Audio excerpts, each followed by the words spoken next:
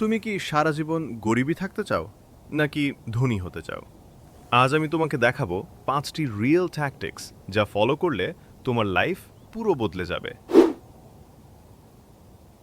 1. ধনী মানুষ কখনো একটা ইনকামের উপর নির্ভর করে না, তারা তৈরি করে একাধিক আয়ের পথ। তুমি যদি শুধু একটা ইনকামে আটকে থাকো তাহলে কখনো রিচ হতে পারবে না। 2.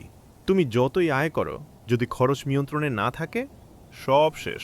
ধনী হতে হলে আগে খরচ নিয়ন্ত্রণ করতে শিখো। 3. গরিব মানুষ টাকা জমায়, ধনী মানুষ টাকা ইনভেস্ট করে। তোমার টাকা তোমার জন্য কাজ করাতে শিখো।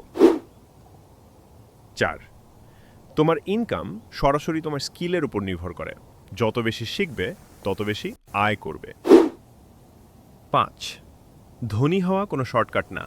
ধৈর্য ধরে লং টার্ম প্ল্যান নিয়ে কাজ করো, সফলতা আসবেই। আজ থেকেই শুরু করো। যদি সত্যিই ধনী হতে চাও, এই 5টা ট্যাকটিক্স তোমার জীবনে অ্যাপ্লাই করো। লাইক, কমেন্ট, সাবস্ক্রাইব করতে ভুলবে না।